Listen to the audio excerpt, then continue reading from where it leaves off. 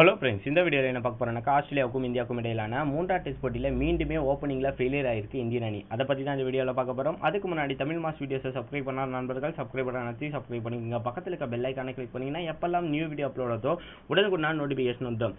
இந்த தொடர் ஆரம்பிக்கும் போது இந்தியன் அணிக்கிட்ட இருந்த மிகப்பெரிய ஒரு சவால் என்னன்னாக்கா ஓப்பனிங்கை எப்படி செட் பண்ண போகுது.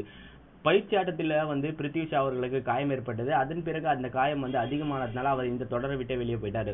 ஒரு கட்டத்தில் முரளி விஜய்க்கும் KL ராகுலுக்கும் மிக சிறப்பான ஓப்பனிங் வாய்ப்பு கிடைச்சது. அதை பயன்படுத்தினாங்கன்னா இல்லைன்னே சொல்ல முடியும்.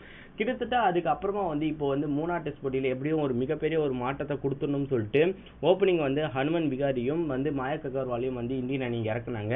இன்றுமே பார்த்தீங்கன்னாக்கா ஓப்பனிங் ஒரு ஃபெயிலியர் ஆயிருக்குன்னே சொல்ல முடியும். கிட்டத்தட்ட விகாரி அவர்கள் 8 ரன்களில் கமின்ஸோட பந்து வீச்சில் பிஞ்ச் அவர்கள்கிட்ட கேட்ச் கொடுத்து வெளியேறி இருக்காரு. இதே மாதிரி தான் இந்தியன் அணி தொடர்ச்சியாக ஓப்பனிங்கை சொதப்பிட்டே இருக்கு. ஒரு நல்ல ஒரு தொடக்கம் இந்தியன் அணிக்கு கிடைச்சா அது இன்னும் நல்ல ஒரு பூஸ்டப்பாக இருக்கும். அப்பவும் கூட மயக் அகர்வால் தனக்கு கிடைச்ச ஒரு வாய்ப்பை பொன்னான வாய்ப்பாக பயன்படுத்துறாருன்னே சொல்ல முடியும். கிட்டத்தட்ட அவர் ஒரு 50-யை கிராஸ் பண்ணியிருந்தாரு. ஒரு நீண்ட நாட்களுக்கு பிறகு, அதாவது அவுட் ஆஃப் ஏசியாவில் ஒரு சூப்பரான ஒரு 50 வந்த முதல் மேட்ச்லேயே அடிக்கிறதுன்றது சாதாரண விஷயம் கிடையாது. மயக் அகர்வால் தனக்கு கொடுக்கப்பட்ட ஒரு வேலையை மிக சிறப்பாக கனகச்சிதமாக முடிச்சிருக்காருன்னு சொல்ல முடியும். வருங்காலங்களில் இவருக்கான ஓப்பனிங்கான வாய்ப்புகள் அதிகரிச்சுட்டே இருக்கும்ன்றதுல எந்த ஒரு மாற்று கருத்தும் இல்லை. இந்தியாவில் அடிக்கிறதுலாம் பெருசே கிடையாது. எங்கே ஒருத்தர் அவுட் சைட் ஏசியாவில் அடிக்கிறாங்களோ அதுதான் மிகப்பெரிய விஷயம். எனவே உங்களை பொறுத்த வரைக்கும் ஹனுமன் விகாரியை ஓப்பனிங் எடுத்த ஆப்ஷன் கரெக்டாக நீங்கள் ஃபீல் பண்ணுறீங்களா?